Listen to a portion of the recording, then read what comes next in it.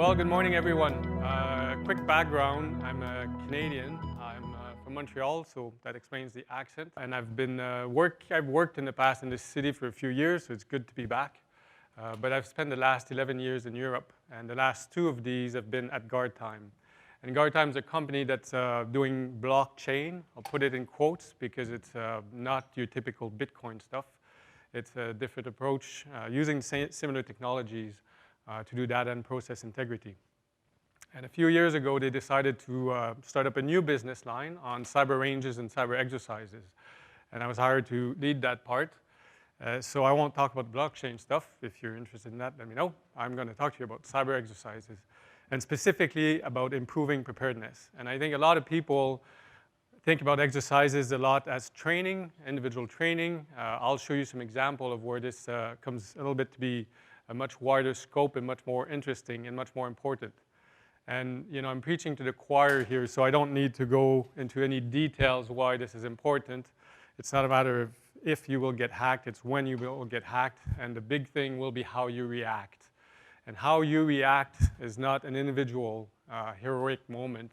It's a team, it's a department, it's a group of people that will work together in handling this situation. And that's a lot of teamwork. That's a lot of teamwork under pressure for things you didn't think about. A lot of people stressed and asking hard questions. And until you've lived it, you don't really know how well you'll do. So we've been establishing this program of cyber exercises to improve preparedness, to be ready when the moment comes when you have a major breach, and then you have to do the investigation and handle all the different aspects that comes with a large security compromise at your organization. And I'll explain to you a little bit of how this is going for us. So you had a big party last night, so I thought that I would keep this lightweight. It's a simple talk. None of this technical googly gook is going to come up on the screen, all right? I broke it down in 3 parts: theory, practice, and then takeaways. So we'll do the dry stuff first, and then you can see the fun stuff after. I said this already, exercises can be very, very different. This picture shows you a bunch of different exercises from across the world. People do them for different reasons, and when you mention exercise, everybody's got like some kind of preconceived idea, but it's pretty broad set of different kinds of activities, and the details do matter. So I want to walk you through what we do, and what we do are custom cyber exercises. So they're really built to meet specific needs of the client.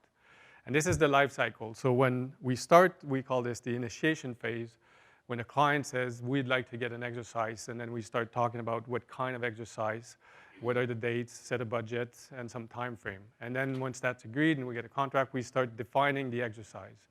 And that's can be a long process if they don't know what they want. And I'll go through with the kind of information we decide upon when we're trying to define the exercise. And once that's kind of agreed, we start the development phase. And then we start to build all of the custom elements of the exercise to make sure that we meet the client's needs.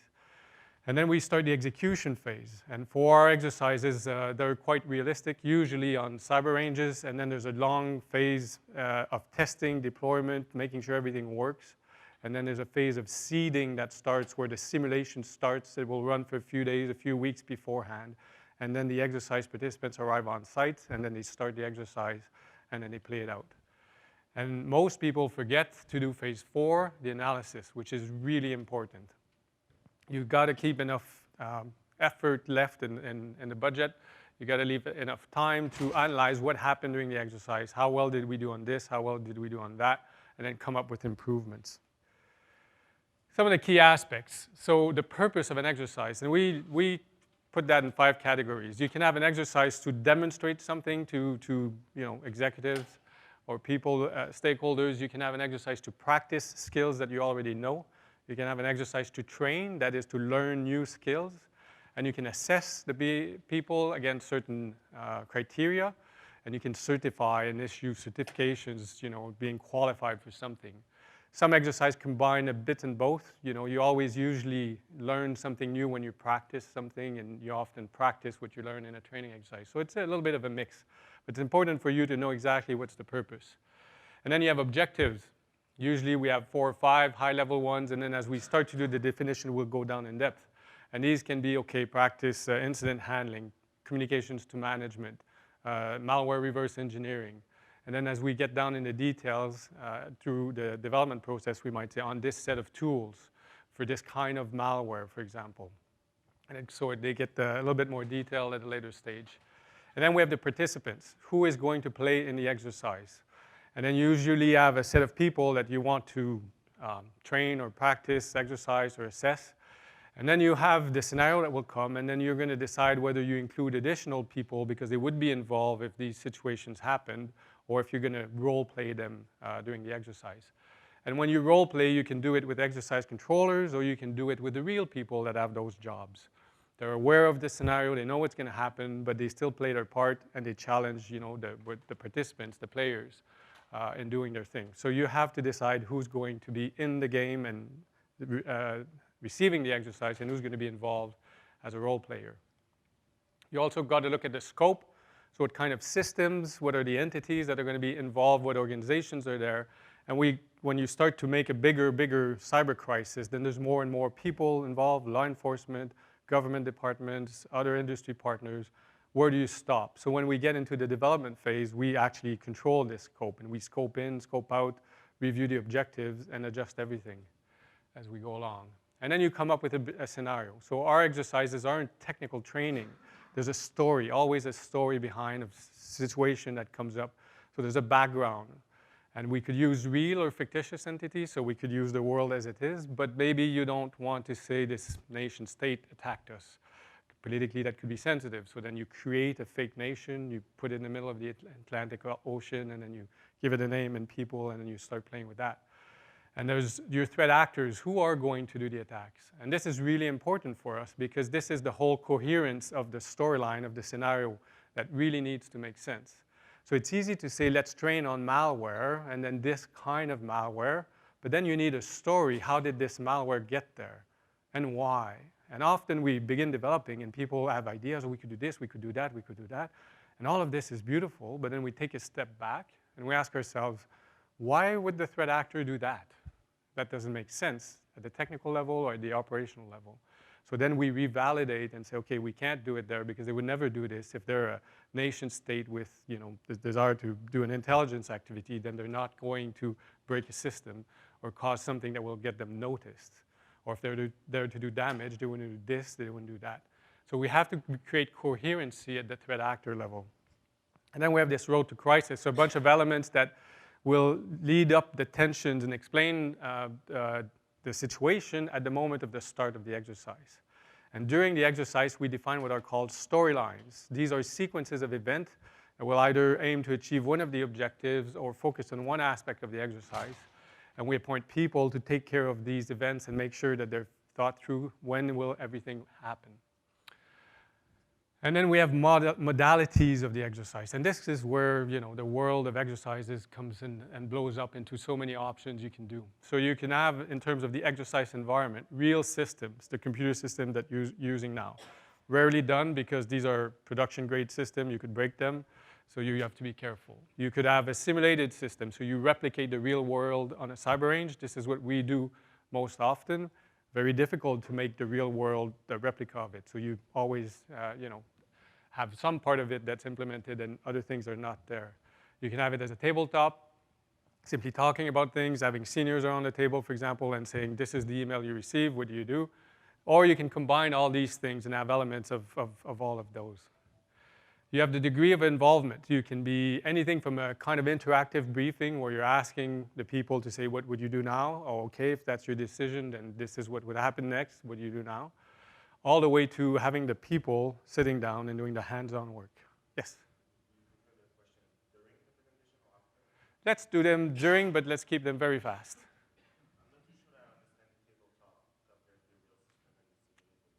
So a tabletop is that there's no computer systems. So basically you print material and you just hand over, this has happened, this, you know, so it's basically just around a table without any computer systems. Good so far? Okay. So yeah, you can be all hands-on playing their roles. So that would be really extreme degree of involvement, which is the one that we prefer. You can have an exercise that is held in one place, all the participants have to come there, or you could distribute it over multiple sites. You can have scenario events that are pre-recorded, so you can actually play them in the systems when they're happening, or you could actually do them live, which is what we prefer. And actually, this is also where, so far for our exercises, we've hired Rigel Kent and Mike to be our red team, and they've done all the attacks live, because when they're on site and the participants are reacting in a different way, we can put more pressure or put less pressure. We can adjust to the reaction of the participants. Makes a better exercise. And then you have the tools, techniques, and procedures. And this gets complicated. And this I'm talking about the usually, let's say, a blue team exercise, meaning a defensive exercise. What tools are they going to use? And there, it's best to use the tools that they're using on a daily basis. But this could be licensed software. This could be something, if you have a crowd coming from different organizations, could be very different. So then you have to pick a middle ground, some kind of software, put it in place, and then they're going to practice. When we talk about communications, I used to do exercises in NATO. They always wanted to test the actual communications because they would find out that their phone number lists are out of date. So in the exercise, they need to call this person, they ring the number, no one picks up, phone number is dead. So if we gave them fake phones, which we do in some exercises, they wouldn't have validated that their real means of communications function. So you have to decide which way it's going to go and what you're going to do. We have also the possibility to introduce new tools that don't exist, that they don't have now, and we do it to demonstrate how those tools would help them do some of the work they're typically asked to do. And these convenience TTPs, there are tools that there's the common denominator, like open source software, which we use a lot because all of our participants have different things anyway, so let's just use what's commonly available and put that there. And that speaks to the communications, whether it's real or simulated. So we've done exercises where we've provided them, did I press the wrong button? There we go. Provided them with mobile phones. They've been able to make phone calls on this. And in some cases, it was all simulated aspects. All right, so those are the modalities. So this is kind of a multi-part question, I guess. On an exercise scenario like this, are you basically looking at everything at the same time, or you break it down to basically look at certain aspects of how an organization would react in a certain way? So, for example, are you just trying to collect metrics and information on how the reporting or the SOPs, or are you just doing everything at once? And do you think that that might actually lose focus depending on how your exercise staff is working? You have a pause and you have briefings at a certain time, or do you just do everything as if it's real world and that's what you're training for? So it depends, it varies. That's client need, that's the discussion in the definition, and we take it over as well in the development. When we develop, we do the spiral process, we might revisit. So in some cases, we've done very full-featured exercises. Most of them are. Say full-featured, it's never full. But we do look at what we're scheduling. So we take every individual we have, we get them to answer a survey, we know their skill sets, we match them in teams that balance the skill set, and then we look at the exercise objectives, and then we are going to lay essentially tasks. We call them injects. This is what we're feeding them. They're going to work on this. We estimate it'll take them 2 hours, and this is what they're going to give them back to us. And then we're going to schedule their time and be very careful about not overloading them. But whether they do this type of work or that type of work, that's all part of the design. It depends what the client wants. Most often, we've looked at many of the aspects of reporting, and they've have to do many things at the same time. Some people looking at one attack, the other looking at a different attack, another one preparing a briefing for management. But focus is important. I have it on another slide. That's all the art of designing the exercise. Because, of course, if you create a situation where everybody's super busy on everything and they lose, they don't know what's going on anymore, they lose the value. So you have to be careful. Very quickly. So you said you hired like Mike, who's like has a hot blade super hot to go through systems, but you also talked about interactions with NATO, and you said that your group will do Talon COE style activities where you can also do offshore activities in areas with accreditations in order to prepare. So you mean that the attacks would come from the internet, or that we would take the exercise? Well, I mean, there are legal frameworks, in place with respect to what you can do in Canada. But ops elsewhere? Where, Yeah. Well, we haven't done operations in Canada yet. We've done operations in Estonia and Switzerland. We're going to the UK very soon. We could go anywhere. We travel anywhere to bring the exercise. Yeah. Okay. So this, I spoke about this spiral development. There's many aspects of an exercise. You've got this purpose, the objectives, the participants, the scope, the scenario, the modalities, and the environment. We go to the client, we say, this is what you can do. And things start to shape up. And we appoint a core planning team with stakeholders from the client. And they're going, oh, I'd like to do this, I'd like to do that. And we think about it. We go and do some work, come back with them with a scenario and say, okay, this could be the attacker, here's your threat actor, this is what they would be intent on doing, and they come back, oh no, that's politically not good. Okay, so we tweak that, and then we say, well, if we include this, then we need this equipment. Can you supply the equipment? No? Okay, well, let's move on to something else. And we play with that to do all of these aspects and finalize what it is, and that's the development portion. And after a while, you know, an exercise is kind of like a brick wall on the highway. It's coming at you. And the good thing and the bad thing about it is that, well, the bad thing is that you've got this deadline. People are going to show up, and you're going to have to deliver. And if you're not ready, you're in big trouble. And the good thing is it's got a deadline, and when it happens, it will be over. So it's not this project that will last forever in your life. You get it done with. But you have to know how to schedule things. That's really important because there's a lot of different aspects, and you got to bring in a bazillion things into a cohesive experience that gets delivered. So we use some automation software, and we're building this. Essentially, this is also the product that we want to sell. This is a tool that allows us to drag and drop all of the virtual machines and the assets that we have and plan the scenario out, and then click on a button and deploy it on a cyber range, and everything gets built automatically. This is something that's in the works that we've been building over the years, that we continue to build, and that really helps us to speed up the development process and the automation for creating very complex exercises. So a couple of considerations. You got to understand the complexity of what you're doing, and you got to control it according to this schedule. And then you got to know at what point you're starting to be late, and then get back to the client. So you need to decide on this scenario. I need your threat actor. I need to know if this is in, if this is out. I need the participant list and all of these things so that you're sure that you don't actually arrive at the moment of the exercise completely not ready, or some things not well thought through.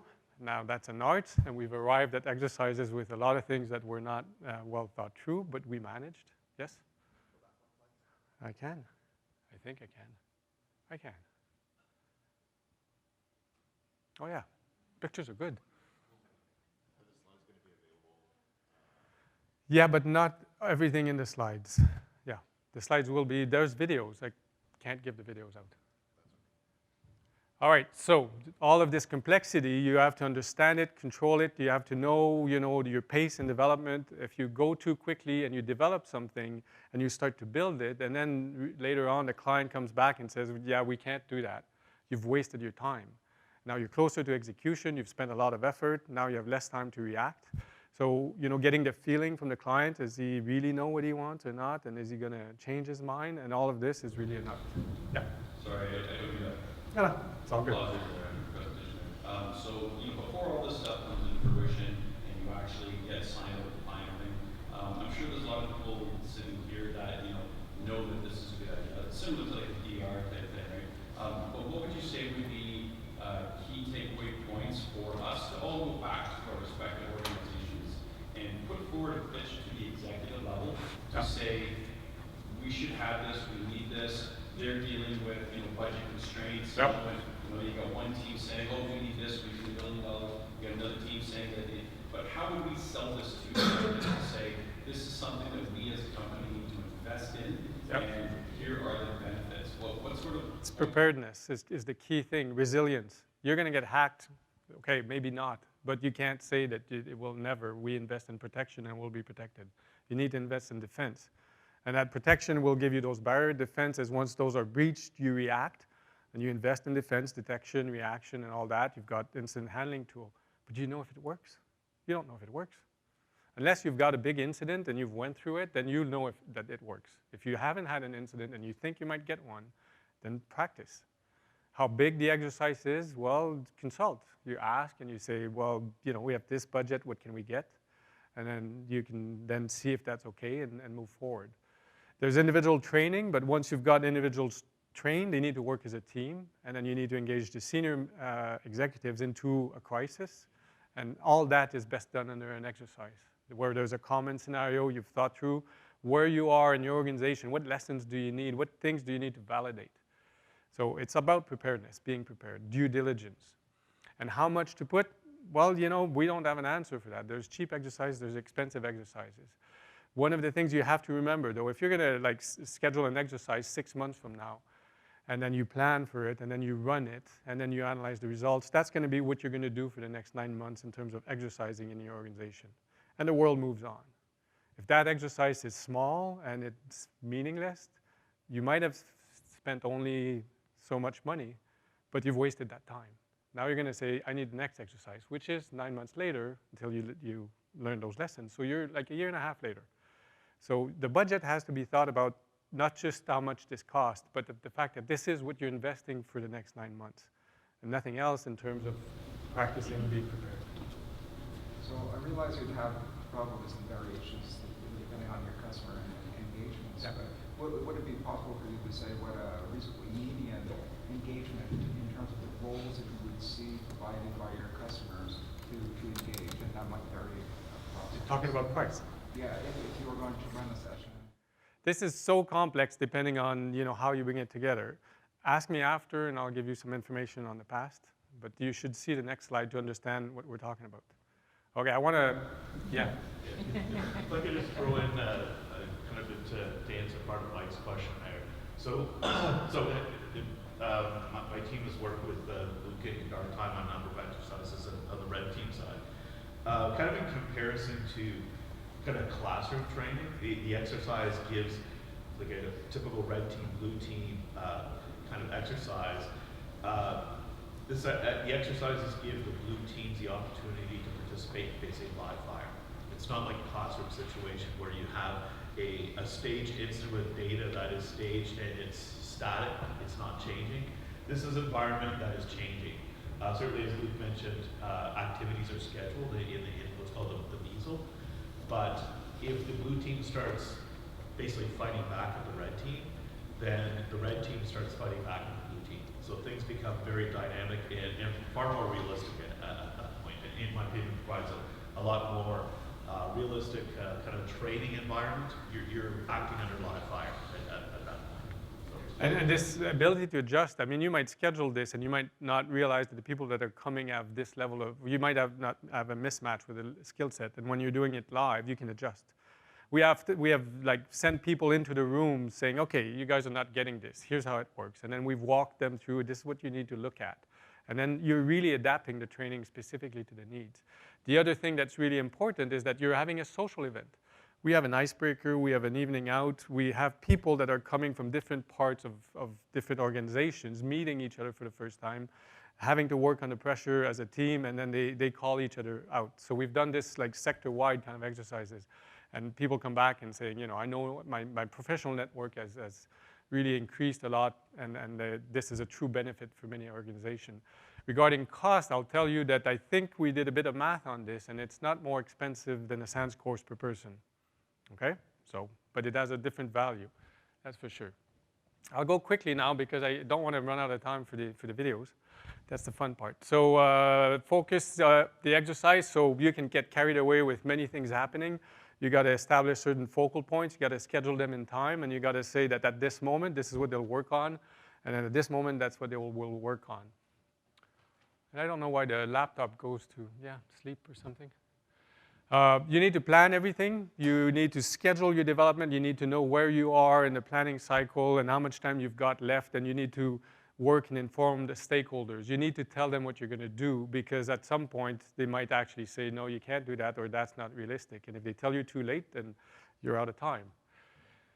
And then we have this concept of exercise controllers, these people that will actually help you deliver the exercise. And you got to get those guys to be close to the participants, to understand what does the person do on a daily basis that you're training. What are the tool sets? What are the practices? What is the regulatory framework?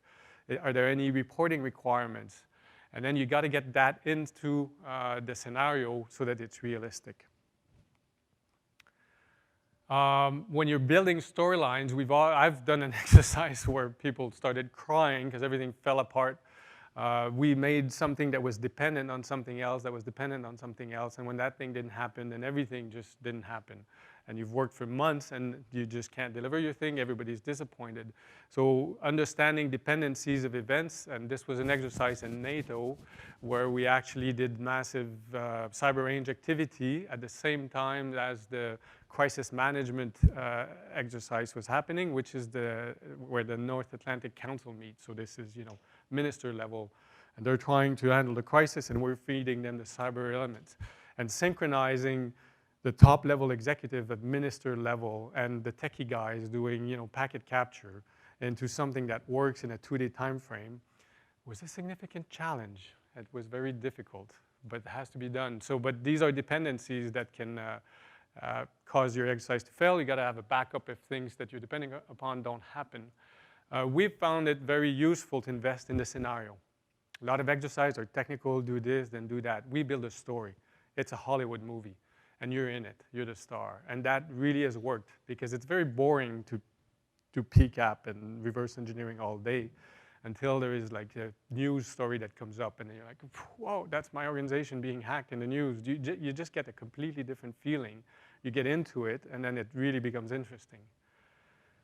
And then realistic event, I talked about the threat actor needing to be coherent. That needs to be at the operational level. Why would they do that if that's what their mission is? And what tools and techniques do they use? And it needs to be customized, and it needs to target specifically the skill sets and roles of every participant. When you're running it, you need to monitor closely. I've been at an exercise organized by somebody else for a central bank a few years ago. And at some point, they were expecting somebody to do something. And that person didn't believe in the scenario, so he said, I'm not doing it. He was pretty senior. And they kind of said, well, let's wait and see. And that was a big mistake, because the longer they waited, the less he wanted to do it, the more the dependent things weren't going to happen. And then that whole part just fell out of the exercise, and that was significant.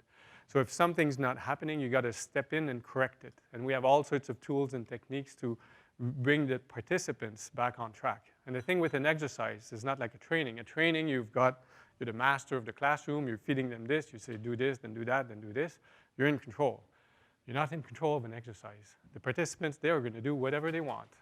And they're going to surprise you. And you got to be ready, if they are going to go do that, you didn't expect it, to find some artificial thing to bring them back on track in a reasonable way. And if you're dealing with senior executives, they're not trained in the same way as a technical person.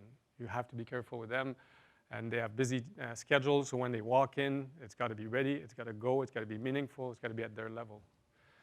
And after you've done this, well, we do hot wash, and you talked about whether we run this in one stretch or not. We've done exercises where it continues until the end, and then at the end we have a debrief.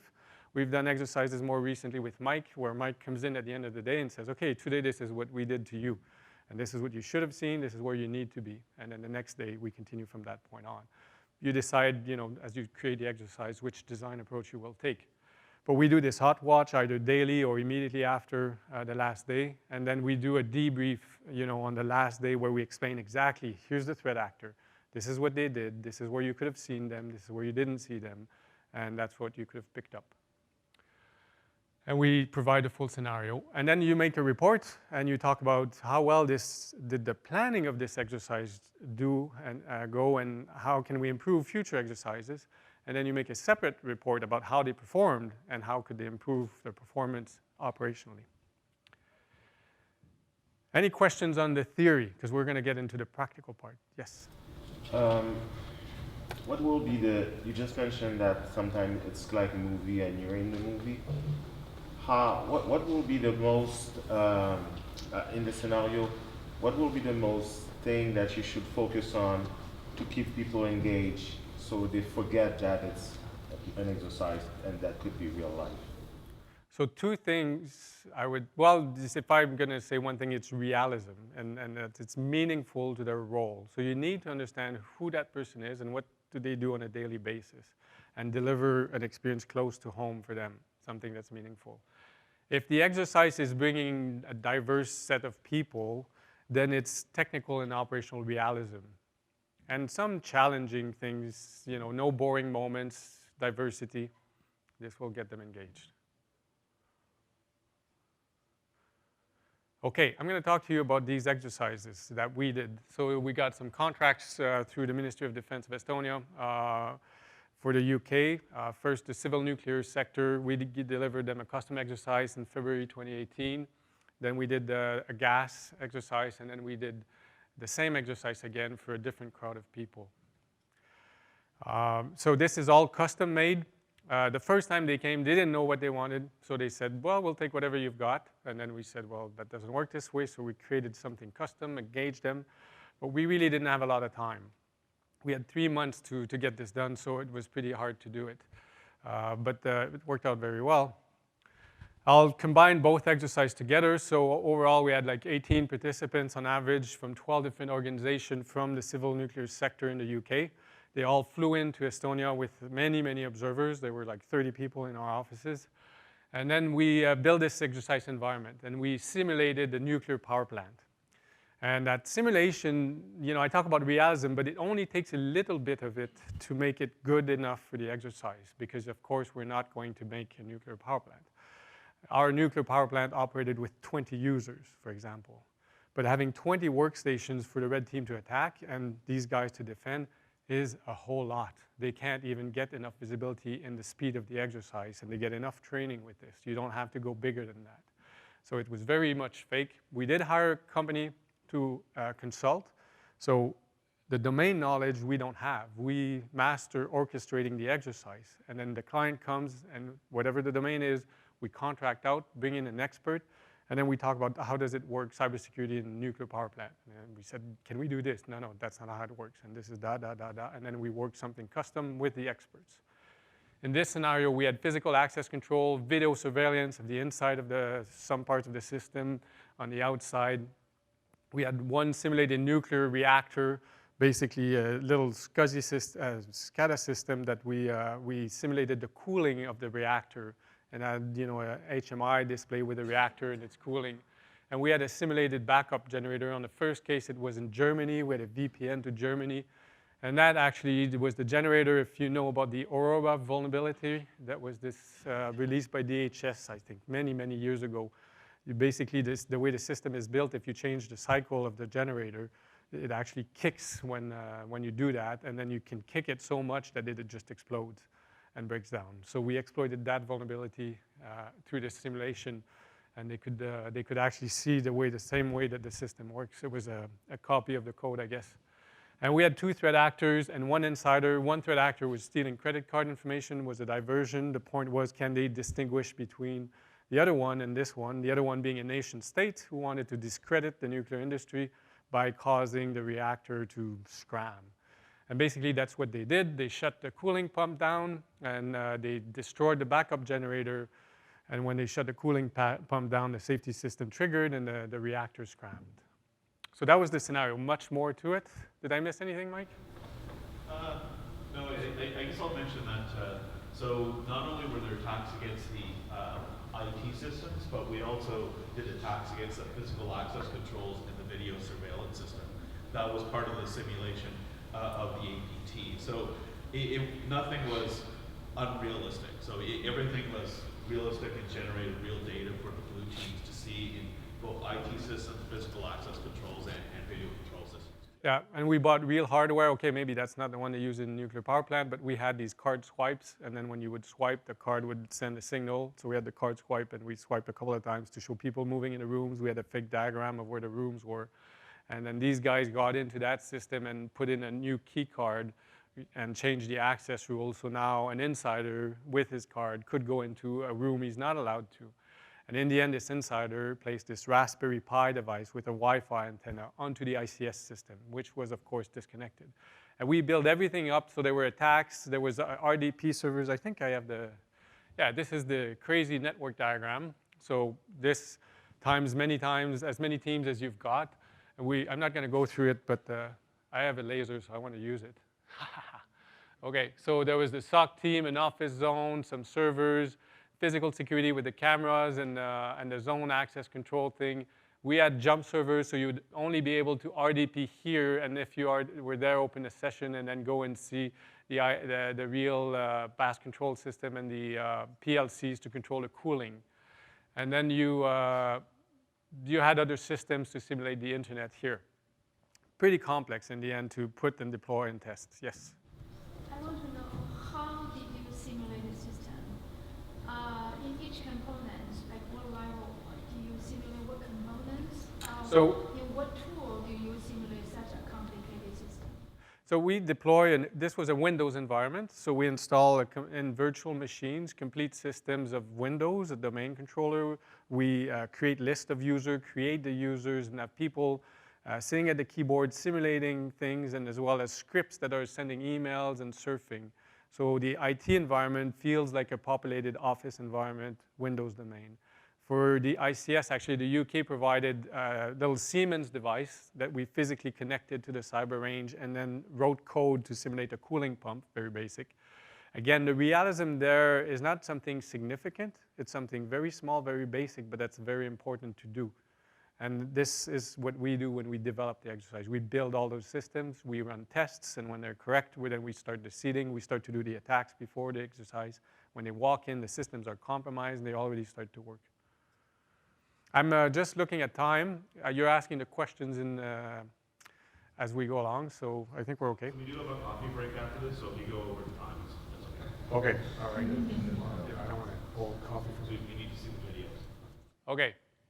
Yeah, you do. So that was the big setup that we had. It's pretty complicated to build, pretty sophisticated stuff. I just want to show you how we control a scenario, and this is I didn't have a network connection here. This is a presentation of the events that we plan and at the time that they're scheduled to happen, and we do this planning, and this is just a subset. Usually we will have like 500 entry in this, and you can like kind of scroll through and see what's going to happen, and we give a briefing. We say, okay, this is the plan. They're going to do this, then this is going to happen, and this is going to happen, and this is going to happen. And we use these tools to kind of look over time, okay, how much stuff are we throwing at these guys? And then individually we look and we say, okay, what is this person receiving in terms of emails, injects, requests for works, and is he going to be busy? How long is that going to take? And then, we just make sure that they're not overloaded. And that's the participants. Then we have to look at the red team. And the red team needs to do this and that and do all that, and do they have time? And in this exercise, we made some mistakes. So this goes really fast, and things you just gotta, plan. And then we have videos, I'll show you. We filmed them before, and we have to play them. So in the end, we actually didn't think things through. We filmed the sequences, and then we're like ready to go. And we start the exercise, we're doing the last minute syncing, and we say, oh my God, the video, there's only 20 seconds to do this. And then, the red team's got to go in, do a bunch of stuff in 20 seconds, and therefore it's going to take them 5 minutes, so they have to start 5 minutes sooner. But we don't know when that is, and so it becomes a real interesting thing. Quick comment on that. So as a red team, given the time constraints, we have to prepare our access. Like as you'll see in the diagram that Luc put up, not only are we having bits and pieces of real environment, but there's zoning there too. So for example, in order for us to have got to get to the physical access controls, we have to go through a trusted workstation that can connect through the firewall to the jump server. So in order to actually meet the 20-second interval to get the proper trigger and scheduling, we have to set ourselves up our proxies and redirectors and stuff in advance, and they basically sit there, hands on keyboard, ready to go. And then we hear from Luc or one of Luc's team say go, and then we just hope and pray that the blue teams don't see our access and shut us in at that time. That's where things get very good. And you know Mike being a pretty relaxed guy pretty much all the time, but I've seen Mike looking at his keyboard and like, okay, really being ready. Yeah, very quickly. So I guess that's a good question. So how do you actually measure the threat actor component? I mean, this is a very high level, sophisticated, probably nation state type of action, right? Yeah. So how do you actually build gradients down below that? Because we're not going to always see that. No. I mean, there's only so many places in the world, right? Yeah. For good or bad. Good or bad. So how are you actually balancing rules of engagement that way to say, okay, Mike, you set it up, but you can't go beyond this because this is not realistic? Well, that's one of the key things. I'm glad you asked that. So many exercises are blue against red, and red just goes crazy. They do whatever it takes, and then this stuff just becomes like a whack-a-mole kind of game. And then if there's scoring, then people, it's I don't want to be offensive or anything. It's like the Olympics, you know, you got to get drugged and not get caught kind of thing to win. So the point is that the red and blue stuff, they don't practice cyber defense. They practice winning that scoring algorithm. So in our case, the red team is completely under our control. We work with the client beforehand to say, what's your threat actor? And then we define that. And as we plan the exercise, we say the threat actor is going to do that. And they say, nah, that's not likely to happen, you know, too sophisticated. That's not what we want to practice for. We want to practice this. And then we change it. So it's a discussion with the client. The client will say, this is what we want. And we work with them because it's not easy to do. At the end of the day, though, we've all agreed that this is the scope of capabilities that they have, and this is their strategic intent, therefore that's what they're going to do. And we'll work it out. It's a discussion. It's custom. So to Mike's scenario there, where he's got that 20-second window, and for the purpose of moving the exercise forward, if you hadn't have gotten in with your 20-second window, did you have factored in through the power of exercise magic, he did get in, right? Like, I mean, it wouldn't have been a slight on you guys, but if it just didn't happen, it didn't happen. But that probably would have pushed back a whole bunch of other reactions and opportunities. So just full disclosure, I'm happy when the blue team finds us. So that means Right. that they're learning something in that. That's where I think things get kind of creative and pushing things around. I'll let Luc comment on that. Yeah, I mean, we work it out. Ultimately, the objective is for them to win, at least learn something, and they can at some point shut them completely out. And at some point, it's not happened. We've always managed to keep it in control and keep it along the plan we had made. But if the plan goes wrong, it's an exercise. We walk in the room and say, guys, this happened, this failed, or you did too well. We're gonna reset here. Now we're back on track. We can just do that. It's very easy. So we do news, like I'm looking at this little yellow color here. We do news things. And the news is there to put them in perspective. So I'll play this. And this is an example of a newscast we did. And this was for the nuclear exercise. The EU and WTO drag on. Some good news on the financial markets as the pound gains on the US dollar. But first to our top story. Renewed cyber attacks against the Skegness nuclear power plant. What are the ramifications of this? Good afternoon, ladies and gentlemen. I'm Brian Peatley. This is one of the really well-known and famous Estonian actors. So when people in Estonia saw this news, they were like, "Oh my God, you hired the top actor." Behind them, and if they are not stopped Are you able to move your mouse? what damage can we expect to see? When it gets to this point, can you Some click to bring it? followers will We'll skip remember that part. that the Skegness nuclear power plant on the Lincolnshire coast was the target of cyber attacks a few months ago. During those attacks, crippling ransomware was planted by criminals on the plant's computer systems. I'm just going to move it forward, so if you can take it to over here now.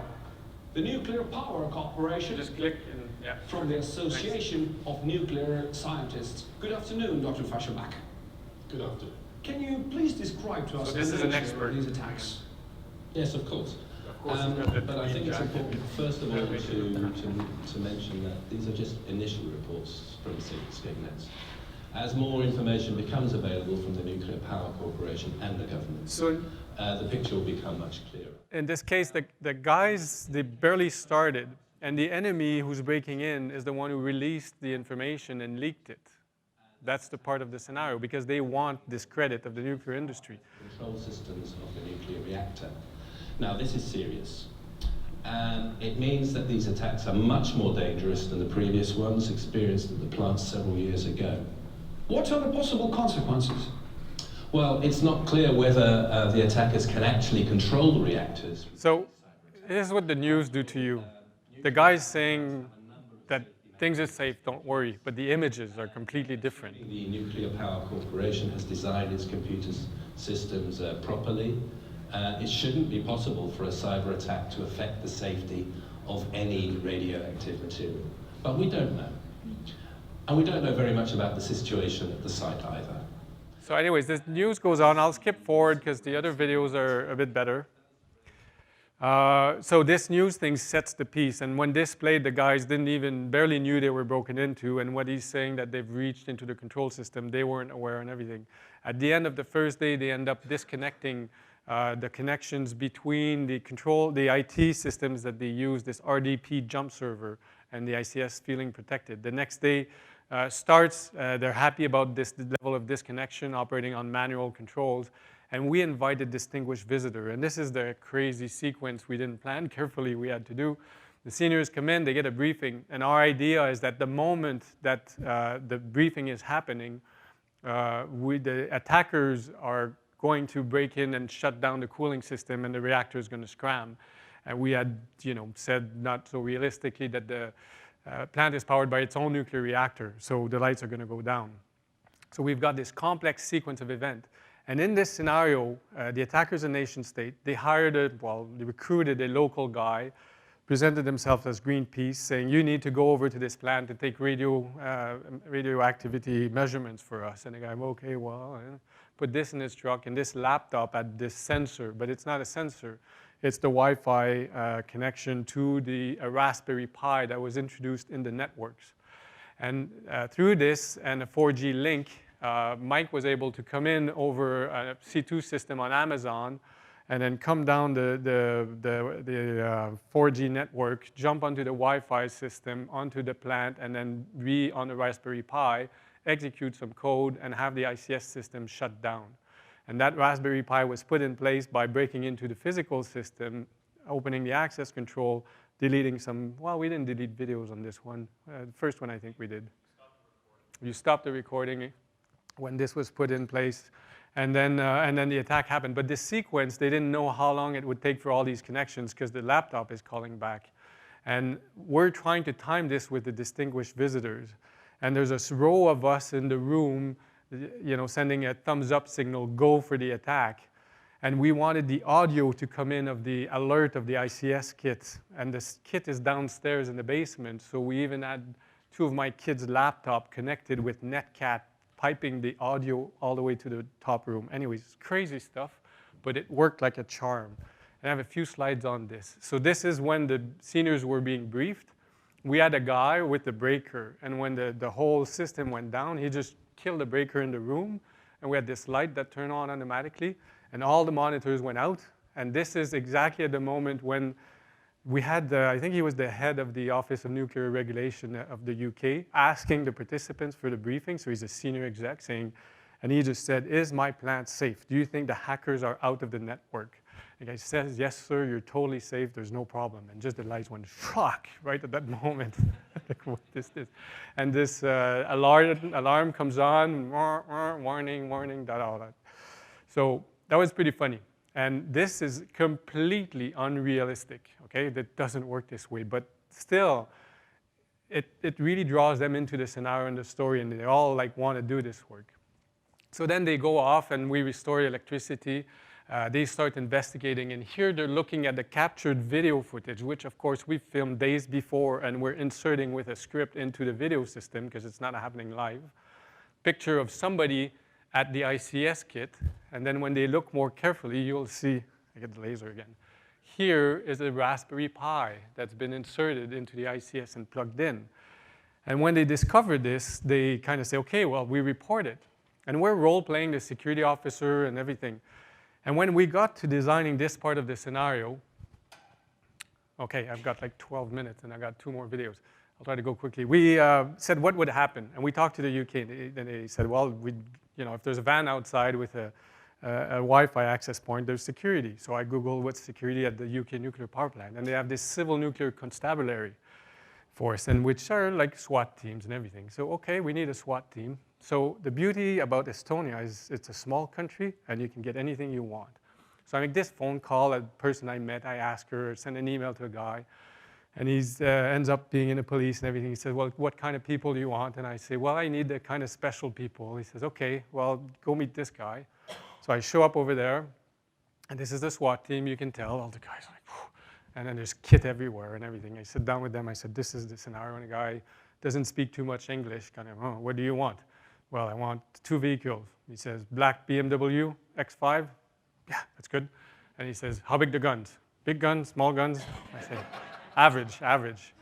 And he says, is that it? I said, no, I need all of your radio communications. Everything you say on the radio, I want it taped, and I want you to give it to me with the footage. I want head cams and everything, and I want to bring that in. And I said, okay. So then we called somebody else and say, I need like something that looks like a nuclear power plant. So there's a military base there. We can go, okay, let's go there. Anyways, we get everything set up. We prepare for the filming. And then we film the takedown of this guy sitting in the van. And the problem is that the audio is not good. The SWAT team guys, they just want to go all the time. So I'm there and I'm trying to brief them and I'm telling them this is what you need to do. You need to arrest this guy, do whatever you do as a police force, but you need to ask him to log on to the server, onto the laptop. This was part of our scenario. And I tell them, really do that. Ask him, can you log on? And they said, okay, and we just don't have time. It's just going so quickly and everything. So we get set up and everything, and they do all of their thing. But we don't have it perfectly well on the audio, and they're Estonian, so they don't speak good British English. So then I have a problem about the audio because you can look at the movie, it's beautiful, but the sound doesn't explain it. So Mike flies in on Friday. I invite him over, this is just before the exercise, on Saturday, serve him a few glasses of wine to him and Eve, who was on his team. And then I say, guys, I need some help. I got this video, I need some voiceover. And I wrote this script, and I get Mike to read the script. And I take my home little radios, and I give him one of my radios, and I go in my washing machine room, and I put my iPhone, and I record my end of the radio, and I get these two guys to talk to each other to do new voiceover for the script. And then I spend Sunday merging that into the video, and then we play it during the week at the exercise. And in essence, this is what it gives. I think this is it. Yeah, so this is the van outside the nuclear power plant. 10-4 James, go ahead. Yeah, I think we have a hacker sitting outside who's doing all this damage through some kind of wireless device. Copy that. Do you know where? Can you ID the location?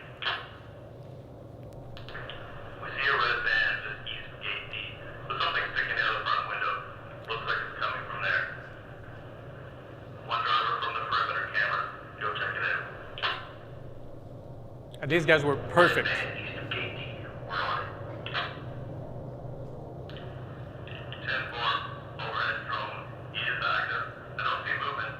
Driver last seen in the van. James, we're going to roll out of Gate D now. Looking for a red van with one suspect. They're going to come out there. 10-4 William. I get your head cam now. Where's the AT music? And the guy in the van is our sysadmin. James, we're on it. We didn't tell him. We didn't tell him anything. Get out of the vehicle! Get out! He said, just come for a movie. It's okay, don't worry about it. What's your name? What are you doing here? I'm doing nothing.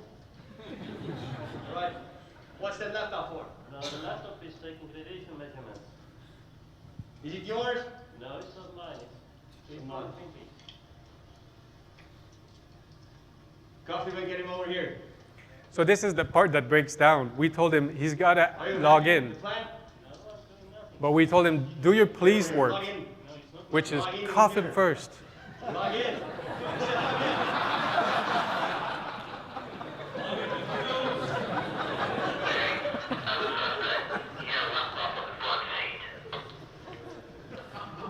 Roger that. Was he the one hacking the plan? No Oscar for you. We don't think so at this point. He doesn't seem to know anything about it.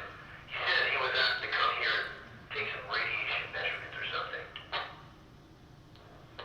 10-4, grab the guy, roll the van in, and bring the laptop in. The search team will know what to do with it. Don't shut it down. Don't close the lid. Keep it like it is.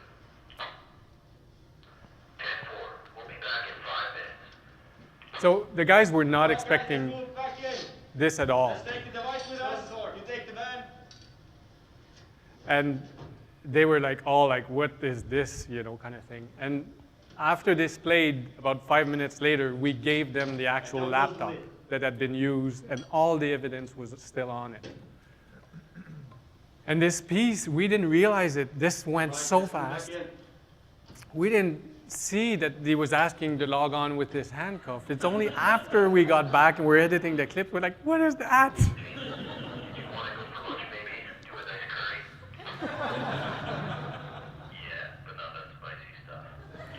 And so you thought Mike was a great hacker. He's also a great actor for the voiceover. I mean, that voice was perfect. Him and Eve was also excellent. It was just the greatest. So that was the takedown at the end, and it was really fun to see them all see that. And then the laptop, we gave it to them and asked them to do some file carving, and I don't think they ever got to it in the end. But if they file carved on that laptop, they found this that we placed in there. This is a rental document from a nearby airport from the power plant, Skegness, with a rental, of course, having some name, some credit card information in it, and passport information as well somewhere. And then in the end, this is all fake because this is rented by the enemy, but still it's information that's useful. And the other thing that's in there was a picture on it. Can you tell me something about, if you find a picture, what can you get as info? Geolocation. So we changed the geotag of this to match to a nearby hotel in Skegness. So now if you found this picture, you looked at the geotag, you get a hotel, you can send the police there, and there might be evidence in the room, fingerprints and things like that. Can you tell me something else about the picture? Look at the picture. So this is the driver that got arrested. He was recruited by the foreign intelligence agent unit on the ground that is recruited and told him, Greenpeace laptop, go measure radiation. Look here. There's a face reflection on the side of the TV. You have a picture of the guy. And that's the guy who you see on the Avis report right in here. It's clear on some different displays, but his face has a reflection there. So if you carve the hard drive and you get this out, you get a picture of the bad guy, you get a fake passport number, fake credit card number, a flight number, and you can arrest him at the border when he tries to leave the country. All of these details were completely planned, synced up, and created into the environment, prepared it, and then delivered onto the networks everywhere, and then played out live with the attacks, synchronized with all the actions. And that's a real engaging scenario. And the people who go through that, and handle all this, there's a bunch of stuff that makes no sense, the arrest, bringing the van back and everything, doesn't matter. It's just becoming such a great activity that it's, worth a lot more. And these details don't take a lot of time to do. You just got to think about it and develop this richness. So we got 3 minutes left, and I've got this video, and I've just let it play. This is what it looks like. This was the gas exercise, and we had this fake pipeline that got hacked, and flow of gas was stopped, but the readings were saying the gas was flowing. So by the time that they were running out of gas, people were complaining, then they had to see, no, the pipeline's fine. No, actually, it's half empty, and it'll take 2 days to fill up. And they do all the analysis. But the images just give you a feeling for how we set things up in the office. And we build all of these displays and everything so that they have these workstations to do the work and do the analysis, plan things out, working as a team with people coming in and out of the rooms where we place each teams. I'll skip ahead. There's another exercise we did, and I'll finish with this video, I promise. We're about completely done now. Was the financial sector exercise. And then again, we delivered it twice. First time 24, then 30 participants organized in 4 or 5 teams. Each is a SOC of a financial institution. And we created this IT environment with banking operations. We actually build a cardboard version of a bank's reserve management system that implements the SWIFT protocol and does the messaging. And we work with the domain experts to actually know how that works. What are the roles, what people do, how do you move money around? And then we had also a little bit of they wanted some ICS system to control the heating and cooling of the data center. And we included in this one also, again, a simulated law enforcement engagement. So we had Interpol on the case, and when they started, they already had video surveillance of the hackers at their site. And we started and gave them more and more information and engaged them with law enforcement. Completely unrealistic, just there to entertain and keep the stuff going. I got this call there. I think we're done. It's a coffee break, so if you want to go, you can go. This video is about 2 minutes, and I think the other one is 6 minutes. So this is the guy that plays the case officer in Interpol. Anna, could you please give us an update on the case? And we have this lady that's in Estonia who's the case officer. With the local law enforcement authorities, and we have been on this case for the past couple of weeks. We are certain by now that the operations that the suspects are conducting are criminal. However, we need more evidence in order to secure their conviction. So now I have managed to get access to a short video that we have managed to record in their operational base, and I'd be happy to share it with you. So we did this in the basement of a Ministry of Defense building, which we set up at this room as the hackers' lair. Conducting their business.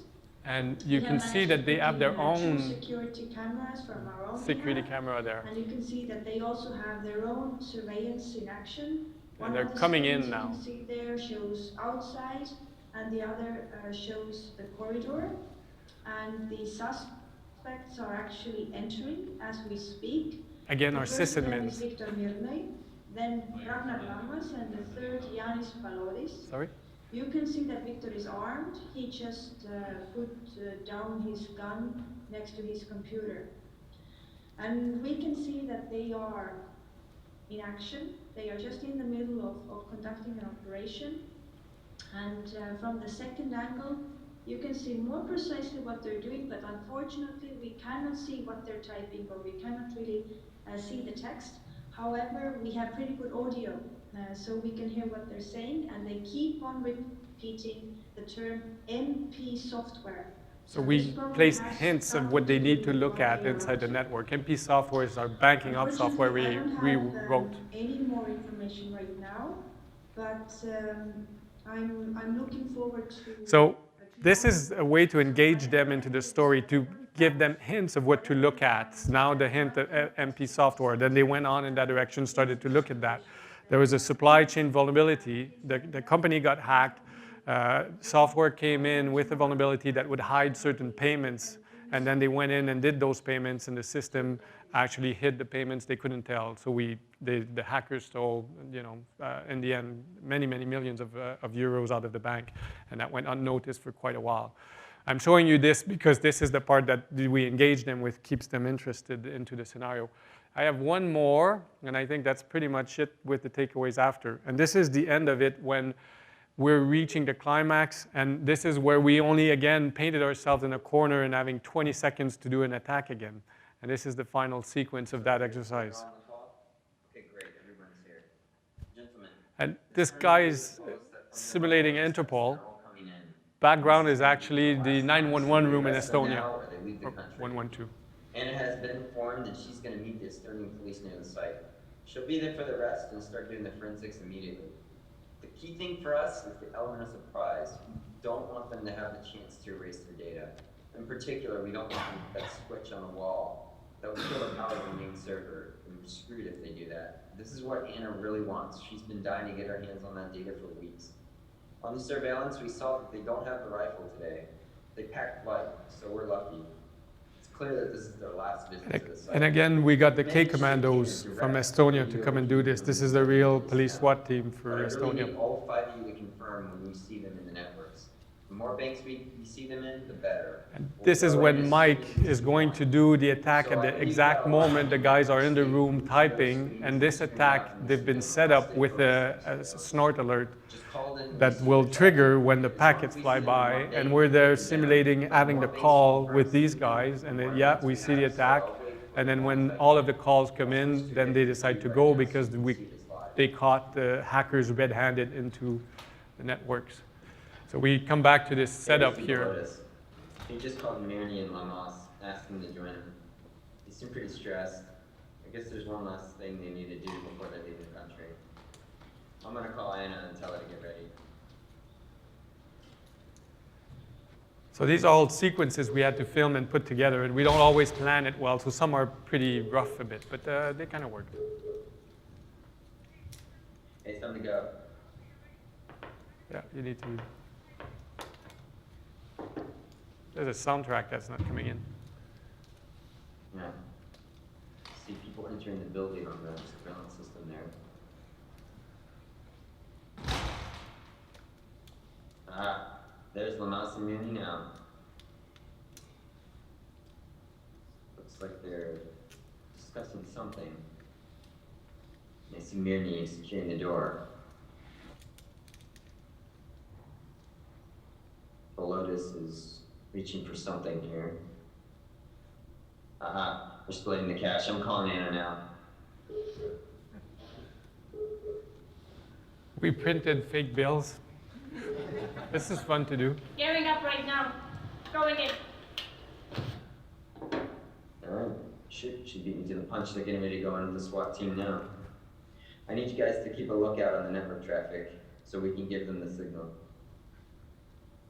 So now at this point is the point where Mike is actually pressing, enter and doing all of the bank transactions through his back doors into the network, which causes one of the alerts on the IOC on this to trigger, and then they're all calling in.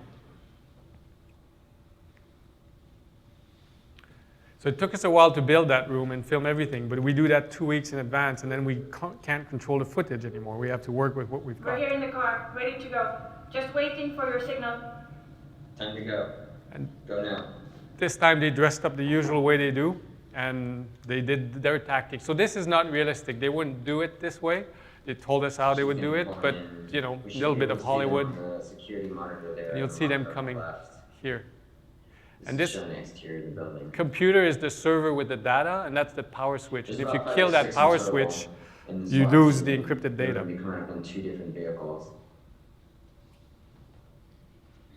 And in this one, I wanted a bit more action than the first one. So this door, looks like they're approaching now. we built in there so they could break into it. Otherwise, probably going to get caught. And they're coming out.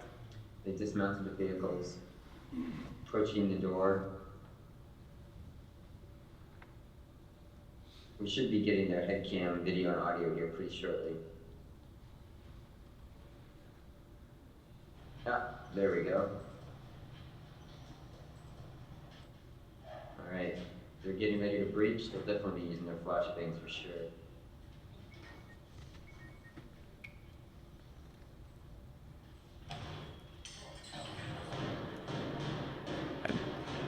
This is the crazy thing, that the cops asked to use flash grenades. So far, so good. It wasn't our idea. I'm inside a Ministry of Defense building, barely have permissions to be there, built my own door, and then cops come in with all their gear, and they're asking to use flash grenades. And you never say no to a cop, so okay, I guess. And this is the bit about the story that wanted some bit of action in there. No, not the switch. Don't let him hit the switch.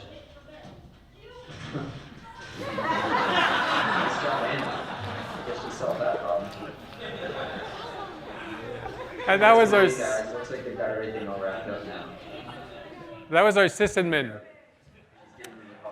And we practiced this. And we only had one shot with the door, so that was the final shot. But we filmed this 12 times.